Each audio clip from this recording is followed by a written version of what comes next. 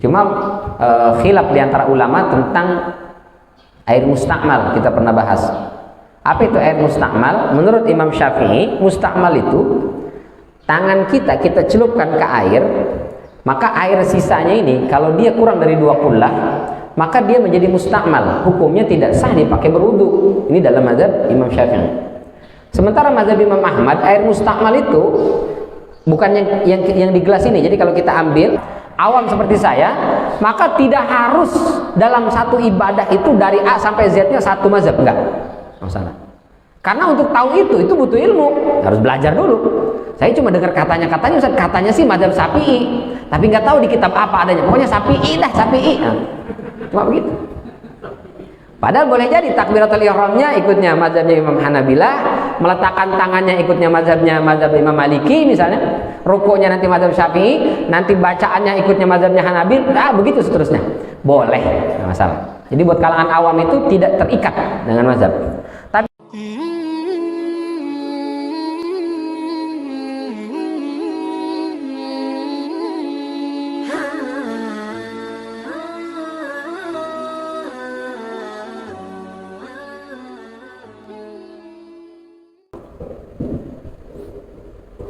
Bismillahirrahmanirrahim. Assalamualaikum warahmatullahi wabarakatuh.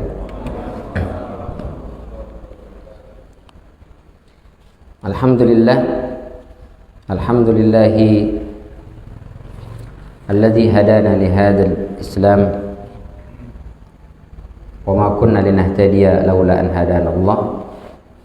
Asyhadu an la ilaha illallah wahdahu la syarika lah wa asyhadu anna Muhammadan abduhu wa rasuluhu alladzi la nabiyya wa la rasula ba'da. Laqad qala Allah ta'ala fi kitabihil karim ba'da a'udzu billahi minasyaitonir rajim. Ya ayyuhalladzina amanu taqullaha haqqa tuqatih wa la tamutunna illa wa antum muslimun.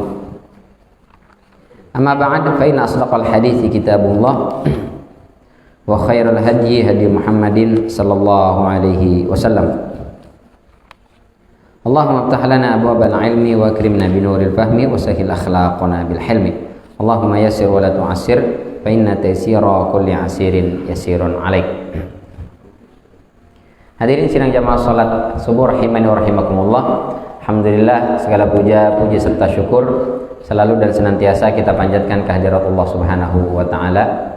Mudah-mudahan Allah bantu kita untuk bisa menyempurnakan semua amal ibadah yang kita lakukan, sehingga semua amal ibadah itu bisa diterima dengan pahala berlipat ganda, dan mudah-mudahan kita dibantu oleh Allah agar bisa istiqomah berada dalam ketaatan kita kepadanya hingga akhir hayat kita kelak insyaallah.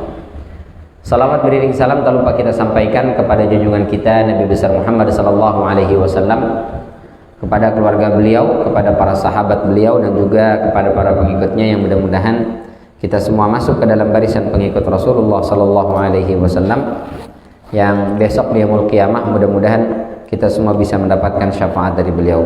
Amin ya rabbal alamin. Hadirin rahimani wa rahimakumullah. Terakhir pembahasan kita masih di bab wudu ya, kalau tidak salah.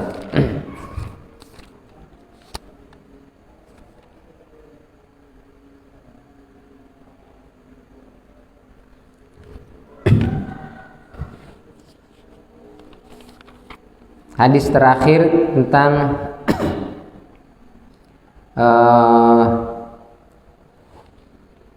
dari Abdullah bin Zaid, semoga Allah meridainya, bahwa Nabi Shallallahu Alaihi Wasallam itu pernah diberikan air sebanyak 2/3 mud. Satu mud itu sekitar 60 liter atau 0,78 liter lah ya, 78 mili ya, setengah liter lebih lah. Satu mud itu berarti kalau 2/3-nya sekitar berapa? 40-an, 40 mili lah. Maka dengan air yang 40 mili itu Rasul Shallallahu Alaihi Wasallam kemudian berwudu. 40 mili yang botol minuman kecil itu ya, nah itu berwudu dengan air tersebut. Ini 40 mili ini Ustaz.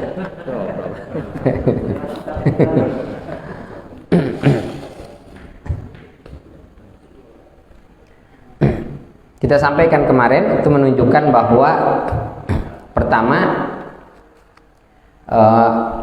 dianjurkan untuk menghemat penggunaan air. Jadi meskipun kata Rasulullah di antara hal-hal yang memakruhkan wudu kita adalah boros menggunakan air. La tusrif fil ma walau kunta ala nahrin jari, kata Rasulullah. Jangan kalian boros menggunakan air untuk wudu ini, untuk wudu saja. Jangan boros menggunakan air walau kunta ala nahrin jari, meskipun wudunya di sungai besar yang mengalir deras. Itu tetap tidak boros. Ini sebagian saudara-saudara kita masih wudunya itu mentang-mentang musim hujan, kerannya baru, airnya dorongannya kencang, dibuka full, tahan pakai tangan itu, jadi percikannya kemana-mana. Kelar wudu, ente mandi atau wudu? Basah tuh Pak. Nah, itu makruh, termasuk hal yang dimakruhkan. Jadi wudu, buka keran itu ya nggak usah sampai full lah. Kalau sudah keluar air, kira-kira cukup. Nah, misalnya nggak banyak ya. Satu mud itu satu kepal atau dua telapak tangan laki-laki dewasa Arab. Nah, tangan orang Arab beda dengan tangan orang Indonesia, lebih besar. Itu satu mud itu. Nah, ukurannya sekitar 0,78 kalau dikeliterkan. Nah, 2/3-nya berarti sekitar 40 mili. Itu ternyata Rasul pernah berwudu menggunakan air sejumlah itu. Mengajarkan kepada kita bahwa ternyata air yang sedikit pun bisa dipakai untuk berwudu. Cuma khilaf di antara ulama tentang air mustakmal, kita pernah bahas. Apa itu air mustakmal? Menurut Imam Syafi'i, mustakmal itu tangan kita celupkan ke air, maka air sisanya ini kalau dia kurang dari 2 kullah, maka dia menjadi mustakmal. Hukumnya tidak sah dipakai berwudu. Ini dalam mazhab Imam Syafi'i.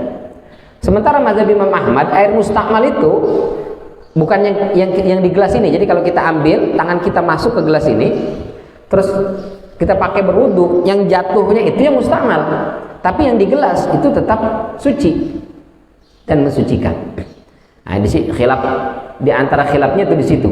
Nah, jadi kalau mau berwudu menggunakan air yang 40 mili itu pasti kurang dari 2 kullah.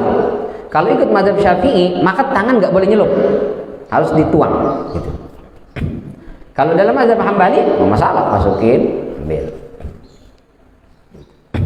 Nah, di Indonesia mayoritas masyarakat Indonesia itu memakai mazhabnya Imam Syafi'i. Ada yang namanya air mustakmal. Jangankan segelas kecil begini, satu bak, satu ember saja, kalau dicelupin tangannya itu nggak sah dipakai berwudu. Itu yang sudah dipakai oleh sekian tahun, bahkan puluhan mungkin ratusan tahun. Ulama-ulama kita di Indonesia menggunakan mazhab Syafi'i. Makanya kalau di kampung-kampung itu, kalau kecil itu baknya atau embernya, taruh di atas biasanya dikasih bolongan itu, dikasih tutup pakai sendal. Kenapa? Untuk menghindari jangan sampai tangannya masuk ke situ. Karena dalam mazhab Syafi'i berarti dia tidak sah wudunya. Tapi dalam mazhab Imam Ahmad nggak ada masalah itu. Ya meskipun nyelup gitu. Nah itu. Nah di Arab ini memang sulit air. Kondisinya tidak seperti di kita yang mayoritas kita lah ya, yang mudah-mudahan airnya berlimpah. Meskipun di beberapa tempat berlimpahnya masih agak keruh ya, terutama di Blok E. Tapi alhamdulillah sekarang sudah jernih juga Pak, alhamdulillah. Masya Allah. Cuman tahu ini musim panas, mudah-mudahan sih sampai musim panas bisa bertahan gitu. Kalau di Arab itu air sulit sekali. Mereka ngebor 100 meter pun belum tentu ada air, ya susah. Jadi air itu mahal di sana, mahal sekali. Sulit mendapatkan air. Jadi penghematan air luar biasa dibandingkan kita yang ada di Indonesia ini. Saya ingat waktu kami kuliah itu di Libya, mereka itu ya air itu beli. Jadi setiap hari itu keliling tangki, mobil tangki itu bawa air. Kalau di kita mobil tangki buat septic tank atau buat air isi ulang, kalau di sana memang air buat ngisi toren. Setiap hari itu bisa ada yang satu tangki itu, mobil tangki itu, ada yang 2, ada yang 3, tergantung jumlah keluarganya. Jadi kalau mandi sering-sering itu bapaknya marah-marah tuh. Kamu kok rajin banget mandi sih? Sekali aja mandi dalam 2 hari. 2 hari sekali mandi itu normal. Sehari sekali mandi, nah itu sudah agak lampu kuning. 2 kali, 3 kali itu mandi dalam sehari, lampu merah itu dah. Kalau di kita jarang mandi malah udah merah. Mandi dong. Sehari mesti 2 kali, 3 kali. Di sana sekali sehari, Pak. Bahkan kalau masyarakat agak pinggiran-pinggiran gitu, bukan di perkotaan, itu sekali sepekan mandinya. Hari Jumat aja, mau Jumatan. Pokoknya mereka pakai parfum banyak. Kondisi air memang sulit di sana. Nah kalau di kita, insya Allah lah, alhamdulillah berlimpah jumlah airnya. Tapi meski berlimpah, Rasul Shallallahu Alaihi Wasallam tetap mengingatkan jangan sampai boros dalam menggunakan air. Apalagi mandi tuh. Mandi kalau cukur, kayaknya belum puas gitu. Ya biasa saja mandi, siram biasa. 4 mud pernah Rasul Shallallahu Alaihi Wasallam 4 mud mandi itu. Ya berarti sekitar 2 botol air mineral yang ukuran 2 liter itu. Berarti sekitar 4 literan lah. Nggak sampai 4 liter, mungkin 3 liter sekian. Itu dipakai cukup buat mandi tuh, subhanallah. Kita 2 botol air mineral yang 2 liter itu cukup nggak mandi kira-kira? Ya Ustadz baru pakai sampo doang itu. Bilasannya belum cukup kan? Baik. Hadis berikutnya, Bismillahirrahmanirrahim. Wa anhu radhiyallahu anhu, masih dari Abdullah bin Zaid, semoga Allah meridainya. Annahu ra'a an-nabiy sallallahu alaihi wasallam ya'khudhu li udunayhi ma'an ghayra al-ma' alladhi akhadhahu li ra'sihi. Akhrajahu al-Baihaqi wa huwa 'inda Muslim min hadzal wajhi bi lafzi wa masaha bi ra'sihi bima'in ghairi fadli yadayhi wa huwa al-mahfuz. Masih dari Abdullah bin Zaid, beliau mengatakan bahwasanya beliau pernah melihat Nabi Shallallahu Alaihi Wasallam mengambil air untuk mengusap telinganya atau kedua telinganya, berbeda dengan air yang dipakai untuk mengusap kepalanya. Hadis ini dikeluarkan oleh Imam Al-Baihaqi, juga dalam riwayat Imam Muslim, tapi lafaznya agak sedikit berbeda. Wa masaha bi ra'sihi, lalu Rasul mengusap sebagian kepalanya bima'in, dengan air ghairu fadli yadayhi, bukan air bekas yang sebelumnya. Hadis ini berbeda dengan hadis yang diriwayatkan oleh Imam Ahmad. Imam Ahmad sebelumnya meriwayatkan bahwa Rasul Shallallahu Alaihi Wasallam itu mengusap sebagian kepalanya plus dengan telinganya dengan 1 kali cidukan air. Jadi ngambil air, diusap. 2 cara kita sampaikan kemarin, bisa dari depan ke belakang, lalu balik lagi ke depan, langsung masuk ke telinga. Sekali ambil air. Ini yang diriwayatkan oleh Imam Ahmad, kemudian dipakai dalam mazhab Hanabilah. Atau dari belakang, boleh ambil air dari belakang, dari sini tarik ke depan, tarik ke belakang lagi, langsung masuk ke telinga. Itu dalam 1 kali ambil air. Sementara riwayat Imam Al-Baihaqi dan juga Imam Muslim ini, Rasul Shallallahu Alaihi Wasallam membedakan. Ambil air dulu, usap sebagian kepalanya. Setelah itu ambil lagi air berikutnya, Rasul gunakan untuk membersihkan atau mengusap telinganya. Jadi menggunakan 2 kali mengambil air. Dua-duanya ada riwayatnya dan dua-duanya dilakukan oleh Rasul Shallallahu Alaihi Wasallam. Imam Syafi'i kemudian mengambil mazhab yang ini. Kita sampaikan Ibnu Hajar Al-Asqalani, beliau adalah ulama yang Syafi'iyul mazhab. Mazhabnya adalah mazhab Imam Syafi'i. Maka fikihnya, itu berarti fikih ikutnya ke Imam Syafi'i. Maka disampaikanlah hadis ini dalam bab ini. Jadi dalam mazhab Imam Syafi'i itu ketika berwudu, air yang digunakan mengusap kepala itu hanya untuk digunakan mengusap kepala. Lalu setelah itu ambil lagi air yang baru digunakan untuk mengusap telinga. Ini yang dipakai oleh mazhab Imam Syafi'i. Tapi sementara mazhabnya Imam Ahmad bin Hanbal itu 1 kali saja ambil usap. Sekali. Baik sekali ataupun 3 kali. Jadi kalau 3 kali usap kepala 3 kali, 3 kalinya sama. Telinga 3 kali ya 3 kalinya sama. Maksudnya kalau dia dibedakan berarti ya 6 kali. Buat rambut 3 kali, ambil masing-masing 3 kali, lalu ke telinga ambil lagi masing-masing 3 kali. Dua-duanya boleh. Dua-duanya ada riwayatnya. Nah, jadi yang kita salahkan, ente kok langsung ambil air sekaligus langsung ke telinga? Ente kok dibedain? Hadisnya kan sama. Nah, kita katakan hadisnya ada 2. Yang satu Rasul Shallallahu Alaihi Wasallam hanya mengambil 1 kali cidukan, yang 2 ini Rasul membedakan. Ya cuma beberapa lembar aja. Ya. Ada yang mengatakan bahwa wa masaha bi ra'sihi, bak di situ itu adalah litab'id. Litab'id artinya sebagian. Kita mengusap sebagian saja rambut di kepala kita sudah sah.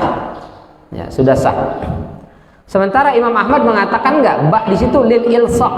Lil ilsaq itu artinya untuk keseluruhan. Jadi kalau mazhab Imam Ahmad bin Hanbal itu wudu itu dari depan sampai ke belakang. Ke depan lagi.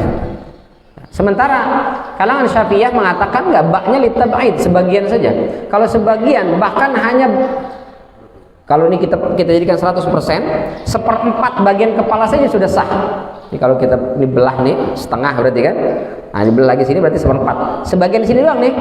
Ustaz di sini saya mohon maaf nih habis benjol kemarin ketimpuk batu anak-anak misalnya. Akhirnya di wudu cuma sebelah sini saja. Nah, itu dalam mazhab Syafi'i sudah sah. Bahkan ada yang mengatakan beberapa helai sah. Ustaz, mohon maaf nih, jambul saya jambul khatulistiwa. 3 jam Ustaz bikin jambulnya. Misalnya, ada orang seperti itu. Mau kondangan, masuk sholat zuhur, harus wudu. Ujungnya doang Ustaz di mana?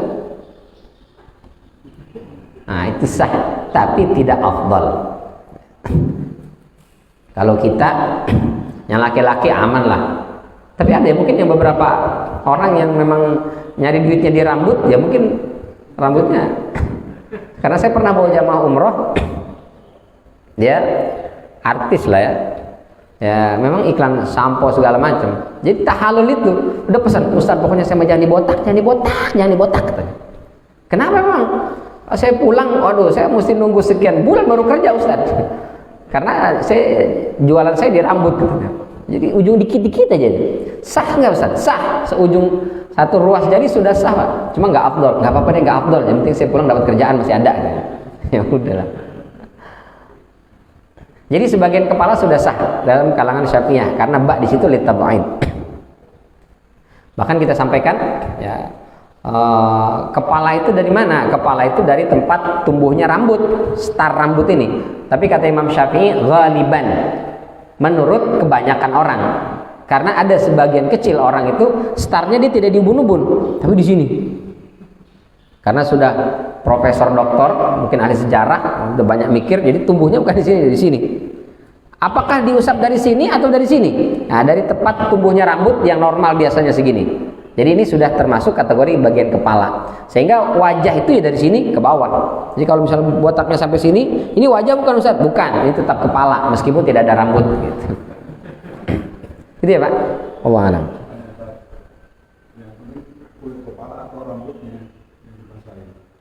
Wa masah bi ra'si di situ ulama sepakat di situ maksudnya adalah rambut. Bukan kulit kepalanya.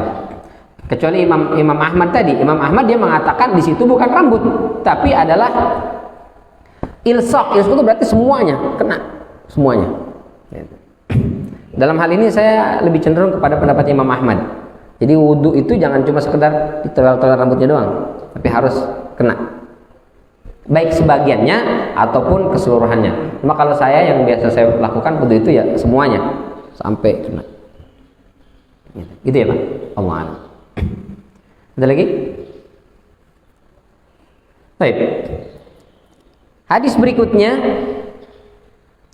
An Abi Hurairah radhiyallahu anhu qala, dari Abu Hurairah semoga Allah meridhoinya telah berkata, sami'tu Rasulullah sallallahu alaihi wasallam yaqul, aku telah mendengar Rasul sallallahu alaihi wasallam bersabda, inna ummati ya'tuna yaumal qiyamati ghurran muhajjalin min asaril wudu faman istata'a minkum an yutila ghurratahu falyaf'al. Muttafaqun alaih wal lafzu li Muslim. Hadis ini dari Abu Hurairah, dikeluarkan oleh Imam Bukhari dan Muslim, tapi lafaz yang barusan kita baca ini terdapat di Sahih Muslim. Apa katanya? Inna ummati ya'tuna yaumal qiyamah ghurran muhajjalin. Hari kiamat itu manusia dikumpulkan oleh Allah di padang mahsyar dari Nabi Adam alaihissalam sampai manusia terakhir yang mati menjelang hari kiamat atau mati di hari kiamat. Jumlahnya itu, itu bisa triliunan, mungkin miliaran lebih ya. Sekarang saja manusia sekarang berapa miliar tuh seluruh dunia. Ini satu periode sekarang. Dari Nabi Adam alaihissalam sampai nanti hari kiamat, semua akan dikumpulkan di satu tempat di mahsyar. Itu karenanya Ibnu Juzai dalam At-Tasil wa Tanzil mengatakan, ketika Allah katakan idza dukkatil ardu dakkan dakka, ketika bumi kami goncangkan atau digoncangkan dengan sedahsyat-dahsyatnya. Jadi bumi ini itu akan digoncangkan, kiamat itu gempa di mana-mana. Untuk apa tujuannya? Untuk meratakan bumi. Tidak ada lagi lembah, tidak ada lagi bukit, semua rata, betul-betul rata. Tidak ada bangunan, tidak ada apa-apa. Menurut sebagian ulama, hari kiamat mahsyar itu ya di atas bumi ini. Kenapa? Karena manusia wafat, meninggal, dimakamkan di atas bumi ini. Maka ketika dibangkitkan besok, kita di atas bumi ini, tapi kondisinya tidak seperti sekarang, sudah diratakan. Kita untuk berkumpul di satu tempat, satu puri aja ini nggak cukup, lapangan bola, satu puri, baru satu puri. Besok hari kiamat dari Nabi Adam alaihissalam sampai manusia terakhir berkumpul, itu butuh lapangan yang sangat luas, rata. Jadi nggak ada yang di atas di bukit, nggak ada yang di bawah lembah, nggak kelihatan, nggak, semuanya rata, betul-betul rata tanah itu. Nah, berkumpul manusia sebanyak itu, kita sudah sulit tuh untuk mengenali yang mana Nabi Muhammad, yang mana Nabi Isa, Nabi Musa, mana, nggak bisa kenali kita. Kita mau cari mana Rasulullah, sekian banyak orang, susah sekali. Jangankan di padang mahsyar, di Mekah saja kita nih, Pak, saya kebetulan berangkat umroh nih, bareng ketemu nanti ya, nggak ketemu itu. Ya sama Pak Jody, kita di pesawat doang Pak ya. Setelah itu sama Mekah udah nggak tahu kemana sudah, nggak ketemu lagi. 4 hari nggak bisa ketemu. Itu ya, baru di Mekah yang jumlahnya masih bisa dihitung. Hari kiamat banyak sekali, nggak bisa. Lalu bagaimana kita bisa ketemu dengan Rasulullah? Apalagi kenal juga kagak sama Rasulullah. Di sini ada yang pernah lihat Rasulullah? Mimpi dalam mimpi? Mimpi juga enggak. Puluhan tahun tidur, berkali-kali tidur, nggak pernah sekalipun mimpi Rasulullah. Nggak pernah. Siapa yang dimimpiin? Nah itu masing-masing beda-beda. Kadang-kadang istri di samping aja nggak dimimpiin. Yang dimimpiin yang lain lah pokoknya. Yang kadang-kadang yang suka di-share sama Ustaz Haji Sanusi, itu yang dimasuk dalam mimpi dia kan. Haji Sanusi nggak ada, kita mungkin. Lalu bagaimana kita? Ganteng banget tuh pasti ya. Nabi Muhammad ganteng juga, tapi ada juga orang Arab yang juga ganteng. Siapa dia? Abu Lahab. Jadi kita peluk, ya Rasul, kata dia. Bukan, saya Abu Lahab. Oh, kan bisa saja tuh. Karena Abu Lahab itu nama aslinya kan Abdul Uzza. Kenapa dia disebut dengan Abu Lahab? Kita pernah bahas di tafsir surat Al-Lahab itu. Karena memang dia secara fisik, Lahab itu diantara mananya adalah bersinar, bercahaya. Karena saking gantengnya nih orang, nah dia bersinar wajahnya. Kan biasa gitu, kita kalau lihat orang ganteng itu bawahnya cerah aja ya. Lihat orang cakep itu ya terang aja bawaannya meskipun gelap. Tapi kalau lihat orang jelek, biar kata di bawah lampu tetap aja suram gitu. Bagaimana kita mengenali Rasulullah? Di sini Rasul kasih bocoran. Kata Rasul Shallallahu Alaihi Wasallam, nggak usah khawatir, nggak perlu kalian yang mencari aku yang bisa mengenali kalian. Bagaimana tandanya? Kata Rasulullah, Inna ummati ya'tuna yaumal qiyamah ghurran muhajjalin. Umatku berkumpul hari kiamat itu dalam kondisi ghurran dan muhajjalin. Dibedakan dari umat-umat Nabi sebelumnya. Umat-umat sebelumnya itu mereka ketemu dengan nabinya, mati, dan mereka masih ketemu dengan nabinya. Masih tahu, masih kenal. Jadi sempat kenal. Maka hari kiamat lebih mudah mereka ketemu dengan nabinya. Kita 14 abad yang lalu Rasul sudah meninggal. Ya. Maka kita nggak pernah tahu, nggak pernah kenal, tapi Rasul yang bisa mengenali kita. Kenapa? Karena umat Nabi Muhammad ketika dikumpulkan di padang mahsyar ada dua cirinya. Apa cirinya itu? Yang pertama, kata Rasulullah dalam hadis ini, ghurran. Ghurran itu apa artinya? Cahaya itu muncul dari wajahnya. Muncul, Pak. Bersinar. Jadi dikumpulkan di padang mahsyar, kita itu wajah kita itu bersinar. Muhajjalin yang kedua. Apa muhajjalin? Tangan, kaki, itu bersinar. Subhanallah. Jadi umat Nabi Muhammad di padang mahsyar, wajah, tangan dan kakinya itu memancarkan cahaya, kelihatan. Maka Rasulnya akan manggil kita, "Fulan, sini. Kamu umat saya." "Ibu Fulana, sini, kamu umat saya." Begitu dipanggil. Rasulnya manggil. Mungkin ada di pojokan lagi nungguin aja. "Kok saya nggak dipanggil-panggil ya Rasul?" "Kamu siapa?" "Saya umatmu. Saya sering kali sholat di Masjid Al-Madani. Kenapa saya nggak dipanggil-panggil?" Lihatin sama Rasul. "Kamu benar umat saya?" "Benar ya Rasul." "Kok suram amat? Cahayanya kemana?" Cahayanya ternyata redup 5 watt. Kenapa bercahaya? Min asaril wudu. Itu adalah bekas wudu. Maka mayoritas ulama mengatakan wudu adalah syariat yang hanya diberikan kepada kita, umat Nabi Muhammad SAW. Umat-umat sebelumnya nggak ada wudu. Mereka ibadah langsung tanpa wudu. Ya. Nabi Muhammad umatnya ada wudu, syariat wudu. Itu yang membuat besok hari kiamat kita berbeda dengan umat-umat sebelum kita. Nah kalau yang jarang wudu, gelap sudah. Besok hari kiamat biar kata dia teriak-teriak, "Ya Rasul, saya dong, saya dong, saya dong." Tapi kok gelap amat? Ya mungkin wudunya setahun sekali, Idul Fitri. Idul Adha Ustaz, kagak pakai wudu, langsung datang masjid. Ya Allah, nauzubillah min dzalik. Maka kata Rasulullah SAW, "Faman istata'a minkum," maka di antara kalian siapa yang sanggup an yutila ghurratahu, bisa memperpanjang area munculnya cahaya itu, falyaf'al, hendaklah kalian lakukan. Meskipun sebagian ulama mengatakan hadis ini mudraj. Mudraj itu ada sisipan perkataan perawi yang dimasukkan dalam teks matan hadis. Sebagian ulama mengatakan ini adalah kalimat atau perkataan yang disampaikan oleh Abu Hurairah. Jadi Rasul hanya sampai min asaril wudu. Jadi besok hari kiamat umatku akan dikumpulkan dalam kondisi bercahaya wajah, kedua tangan dan kedua kakinya, disebabkan wudu. Selesai sampai situ. Lalu Abu Hurairah menambahkan, barang siapa di antara kalian yang mampu memperpanjang area munculnya, memperluas area munculnya cahaya itu, falyaf'al, hendaklah dilakukan. Karenanya para ulama terbagi kepada dua. Yang pertama, memahami hadis ini, apa maksudnya memperpanjang area munculnya cahaya itu. Yang pertama, dibolehkan menambah usapan pada area wudu itu dari batasan minimal. Apa maksudnya? Maksudnya begini. Ketika kita diperintahkan mengusap wajah, wajah itu mana?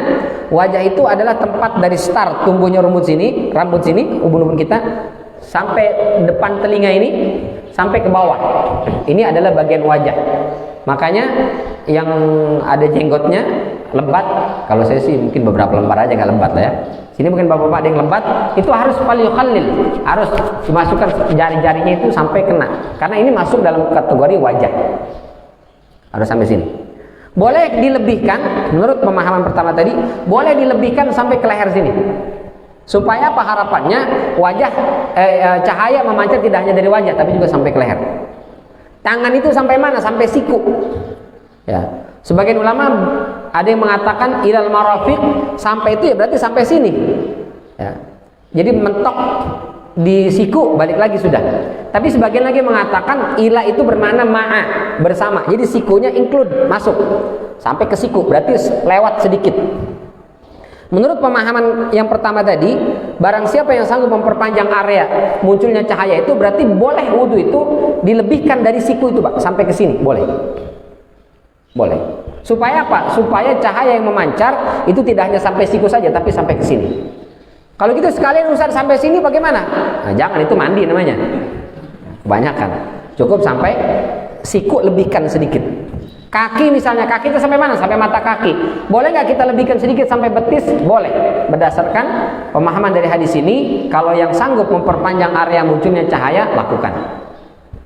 Itu pertama. Yang kedua, maksud hadis ini bukan berarti menambahkan membasuh dari batasan minimal anggota wudhu itu, tetapi barang siapa yang sanggup berwudhu tidak hanya untuk sholat dan baca Quran, maka lakukan. Itu maksudnya. Nah, kami lebih cenderung kepada pendapat yang kedua. Jadi kita berwudhu, kalau mau sholat, mau baca Quran berwudhu. Kalau bisa sebelum berangkat kantor berwudhu, nah itu mantap. Mau tidur berwudhu dulu, nah itu bagus. Mau apa lagi? Mau belanja, mau ke mall wudhu dulu, silakan. Pulang dari mall wudhu, silakan, nggak apa-apa. Jadi semakin banyak berwudhu, semakin kuat cahaya nanti yang akan muncul dari tubuh kita pada hari kiamat. Jadi nggak redup lagi, langsung kelihatan mentereng, karena dia wattnya bisa sampai 25 atau 30 watt, kenceng itu. Sementara yang jarang wudhunya mungkin hanya sekitar 5 watt. Agak redup-redup, mungkin ada yang sampai kayak kunang-kunang. Jadi supaya cahayanya memancar tajam itu, maka wudhulah dalam semua aktivitas kita. Wah, itu yang afdal. Ini menurut pemahaman kedua. Nah, kami lebih cenderung pada pemahaman kedua. Jadi kita mau berangkat ke kantor, wudhu dulu. Batal Ustaz, sampai di kantor wudhu lagi. Nanti sholat duha, setelah itu batal wudhu lagi. Nanti wudhu lagi menjelang zuhur. Begitu terusnya. Sampai pulang ke rumah, nanti mau tidur begitu juga berwudhu. Wah, itu cakep banget tuh. Itu insya Allah itu terang banget itu. Ya, lampu-lampu yang lampu tembak masih kalah, ini masih kalah nih. Terang sekali nanti, masya Allah. Dengan begitu kita lebih mudah dikenali oleh Rasul Sallallahu Alaihi Wasallam. Tahun 2017 saya pernah menyampaikan hadis ini di Al Azhar Sisingamangaraja itu. Ada salah satu jamaah bilang, Ustaz, saya dengar hadis itu tahun 1985. Saya baru lahir itu Pak. Dari tahun 85 Ustaz sampai hari ini nggak pernah saya beraktivitas apapun kecuali dalam kondisi berwudu. Dari tahun 85 Pak. Insya Allah. 85 sampai tahun 2017. Jadi 32 ya. 32 tahun. Mungkin sampai hari ini karena waktu itu ketemunya tahun 2017. Dari tahun 85 sampai tahun 2017 gak pernah sekalipun batal wudhu lalu tidak wudhu lagi, gak pernah. Jadi hidupnya selalu dalam kondisi berwudhu. Hanya tidur. Jadi sebelum tidur dia berwudhu. Kalau tidur saya nggak tahu Ustaz, karena kan tidur ya namanya tidur kita nggak sadar karena prot. Nah kita kan nggak tahu kan namanya tidur. Tapi sebelum tidur saya berwudhu dan bangun tidur saya langsung berwudhu. Kalau melek batal saya langsung berwudhu. Subhanallah. 32 tahun. Saya bilang 32 tahun Bapak memegang sunnah ini, apa yang sudah didapatkan? Wah, luar biasa Ustaz, banyak sekali. Di antaranya dia bilang, mohon maaf sekali, beliau itu ini marbot masjid, jadi ngurus masjid aja, ngurus masjid, bersih-bersih, mulai dari ngurus listriknya apa, pel apa segala macam, pokoknya masjid lah. Dia bilang rumahnya juga ya nempel sama masjid, tinggal di masjid. Punya anak, itu Allah kasih kecerdasan Ustaz, Masya Allah. Anak saya itu waktu itu UN untuk Jakarta Barat itu nilainya paling tinggi, sampai diminta oleh ITB kalau tidak salah, ITB. Jadi lulus sekolah itu nggak perlu daftar dia, nggak perlu tes, itu sudah langsung diminta untuk kuliah di sana. Setelah itu selesai ITB, IPK-nya itu mentok di angka 4 IPK-nya mentok di angka situ. Padahal bapaknya sekolahnya juga fisika apa kimia lupa saya. Boro-boro saya ngerti itu Ustaz. Kalau nanya ke saya malah pusing, nggak ngerti. Tapi IPK-nya 4. Setelah itu lulus S1 langsung diminta salah satu universitas di Jepang. S2 di Jepang sana. Luar biasa. Itu mungkin bapaknya nih bodoh, miskin, nggak ngerti. Tapi anak saya bisa kuliah tanpa sepeser pun biaya. Diminta langsung beasiswa dengan IPK yang Masya Allah. Mungkin kata dia, itu diantara keberkahan yang Allah berikan karena saya menjalankan sunnah. Satu saja, wudhu. Terus tahun 2017 itu satu lagi dia bilang, insya Allah tahun ini saya akan berangkat haji Ustaz, mohon doanya. Saya tanya, Bapak daftar tahun berapa? Nggak daftar Ustaz. Kok bisa nggak daftar berangkat haji? Nah itu Ustaz, saya juga nggak ngerti. Saya nggak daftar tapi didaftarin gitu. Siapa yang daftarin? Pokoknya adalah dia cerita, kan biasanya kan kalau musim haji dalam kondisi normal ya, kalau sekarang kan musim pandemi ini, kita cuma dapat jatah berapa nih tahun ini ya? 60.000 untuk seluruh dunia itu dibuka. Kita mungkin kebagian ya beberapa orang saja. Kemenang lagi pusing aja pokoknya sekarang ini jatah yang sedikit disebar ke semua masyarakat Indonesia yang mestinya berangkat tahun kemarin nggak berangkat, wah itu ribet sekali. Nah itu biasanya dalam kondisi normal itu ada sekitar 60 sampai 100-an lebih lah ya, tapi tidak lebih dari 200. Itu untuk tamu biasanya, tamu raja. Itu spesial tuh. Ya. Biasanya tokoh-tokoh masyarakat, orang-orang yang berperan, pejabat penting atau banyak orang-orang itulah. Nah itu biasanya mereka berangkat hajinya itu spesial, tamu raja itu. Itu berangkatnya dengan pesawatnya khusus, hotelnya juga bintang 5, VIP semuanya itu. Beliau dibilang, saya ini si marbot masjid dapat undangan itu. Saya terkenal kagak. Jangankan se-Indonesia Ustaz, di masjid tempat saya itu aja enggak semuanya kenal sama saya itu. Tapi subhanallah Allah kasih kesempatan bisa berangkat haji lewat jalur undangan. Hebat banget sih bilang. Kata beliau, mungkin itu satu di antara keberkahan yang Allah berikan karena bisa istiqomah menjaga wudhu 32 tahun. Subhanallah. Istiqomah itu yang berat memang. Kalau cuma sekedar wudhu sih bisa, tapi jaga wudhu terus itu sampai kita mati. Wah itu. Orang kalau sudah bisa jaga wudhu begitu, itu sampai hari kiamat. Nah, itu insya Allah aman itu, masya Allah. Itu kalau mati, insya Allah mati dalam kondisi berwudhu itu. Wah kalau sudah meninggal dalam kondisi berwudhu, insya Allah lah diantara tanda-tanda husnul khatimah. Masya Allah. Siapa yang sudah terdengar terompahnya? Bilal ya? Bilal bin Rabah. Bilal, ayu amalin arja. Ente punya amalan spesial apa? Kenapa ya Rasul? Laqad sami'tu, ada riwayat lain laqad ra'aitu duffana 'alaika baina yadayya fil jannah. Aku tuh dengar suara gesekan sendalmu Bilal, itu udah nyampe ke surga. Orangnya masih di dunia, tapi sendalnya udah nyampe duluan di surga. Wow. Kira-kira masuk surga nggak tuh Pak? Masuk surga lah, mau bunyi sendalnya udah di sana. Mau nggak kira-kira tuh? Mau lah. Cuma pertanyaan sendal yang mana? Karena kita sendalnya banyak. Sendal yang pakai kondangan, apa sendal yang bawa ke masjid, apa sendal yang mau dibawa kantor? Beda-beda tuh. Kalau Bilal, ya itu yang dipakai berjuang itu, yang dipakai ke masjid itu, yang dipakai kondangan. Kalau ada kondangan ya itu juga. Memang satu-satunya itu. Apa jawab Bilal? Nggak ada amalan spesial. Tidak mungkin. Kamu pasti punya amalan spesial. Karena sendalmu sudah sampai di sana. Padahal kau masih hidup di dunia. Nah itu beliau bilang. Illa annani, saya nggak punya amalan spesial. Kecuali engkau tidak memerintahkan kepada saya ya Rasul. Allah juga tidak mewajibkan untuk selalu berwudu. Di antaranya setiap kali sebelum tidur.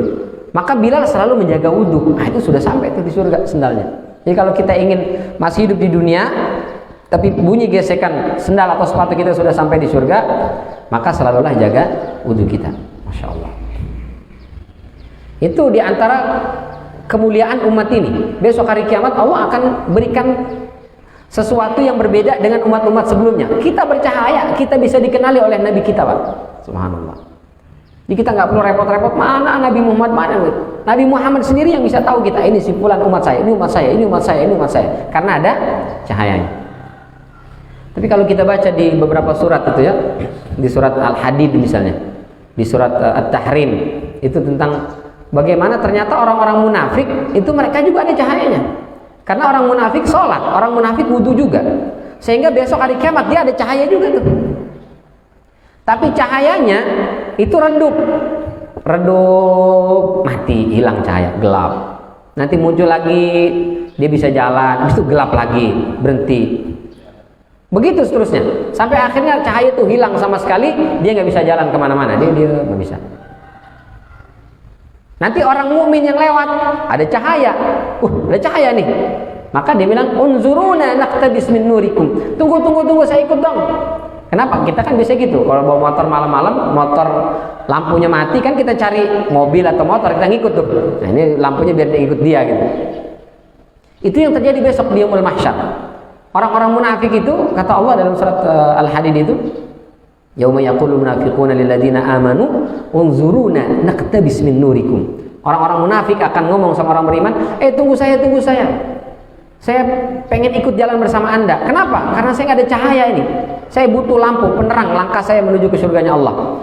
Ente ada cahaya, ikut dong, ikut. Mau ikut? Kita sih ya, ayo, nggak masalah kan? Ayo aja ikut. Tapi langsung qilarji'u wara'akum faltamisu nura. Ente nggak boleh ikut. Siapa yang menghalau? Malaikat. Nggak boleh ikut. Cari sendiri cahayanya. Nggak boleh, Pak. Kita tetap yang beriman jalan terus. Orang-orang munafik nih nggak bisa berjalan.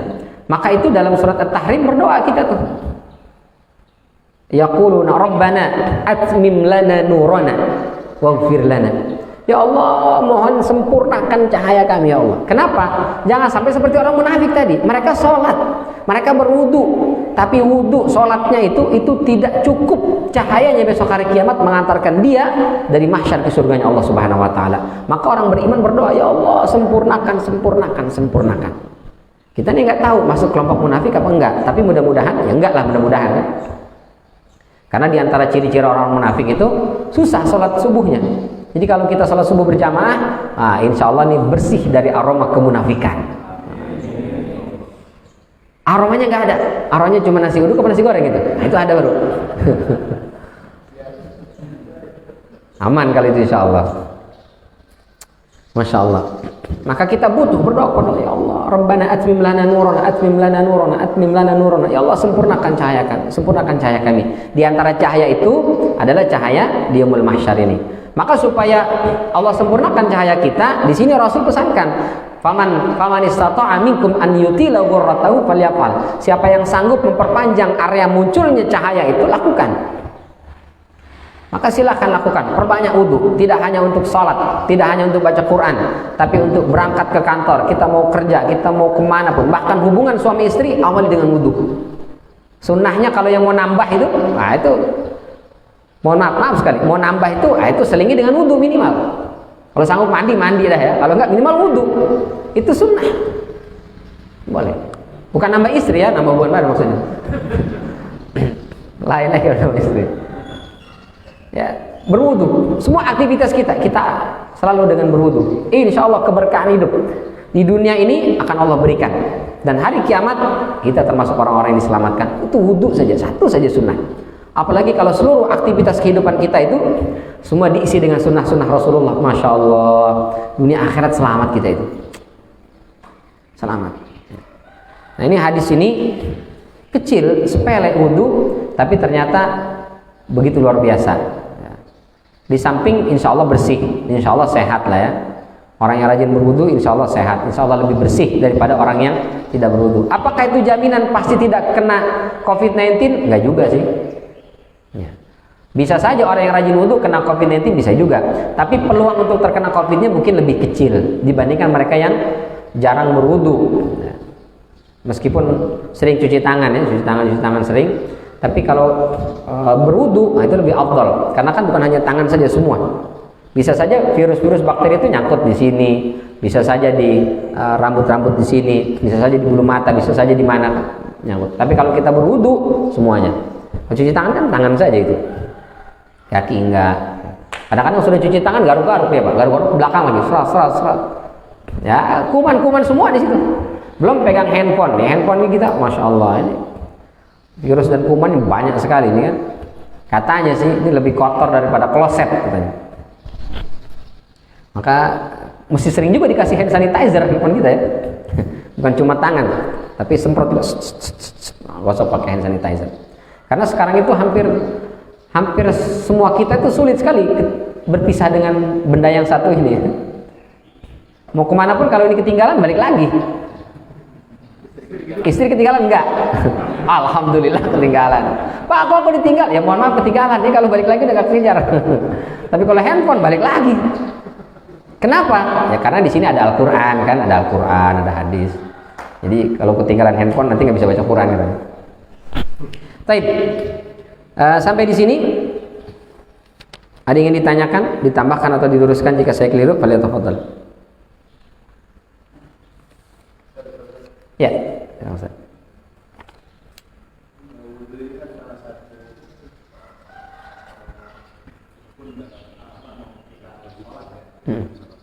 Syarat sah dari salat.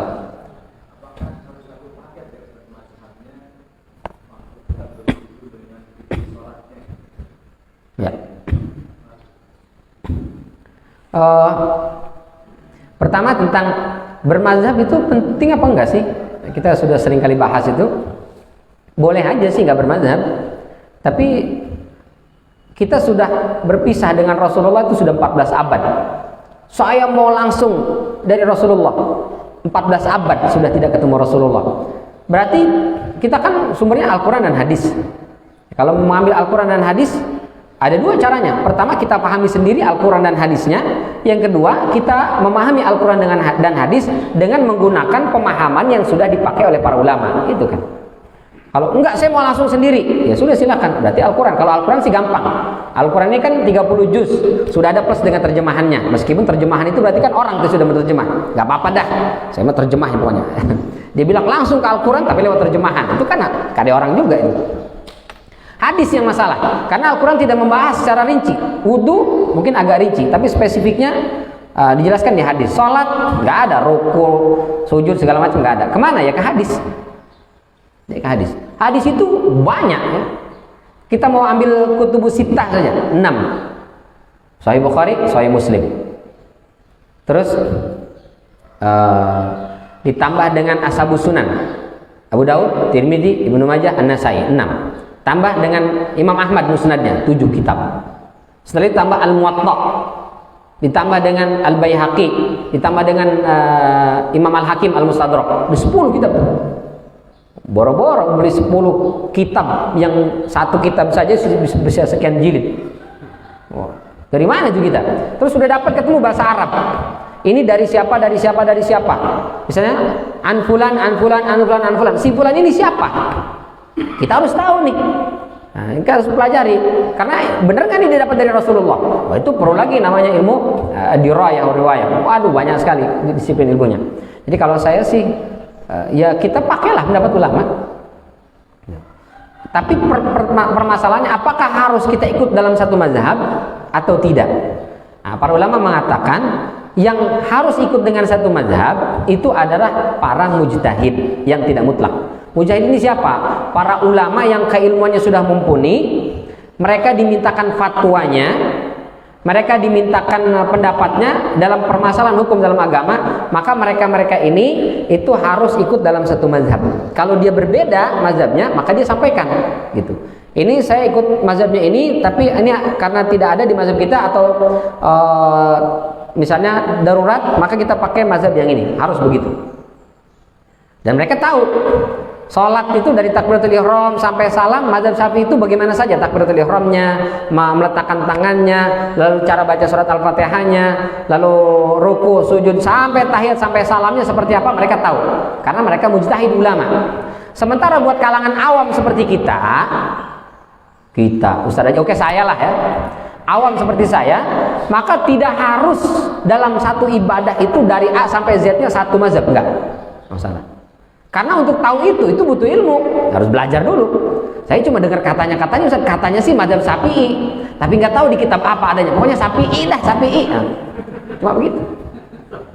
Padahal boleh jadi takbiratul ihramnya ikutnya mazhabnya Imam Hanabilah, meletakkan tangannya ikutnya mazhab Imam Maliki misalnya, rukunya nanti mazhab Syafi'i, nanti bacaannya ikutnya mazhabnya Hanabil, begitu seterusnya. Boleh, nggak masalah. Jadi buat kalangan awam itu tidak terikat dengan mazhab. Tapi kalau yang berfatwa penting, kenapa? Supaya tidak mencela-mencela.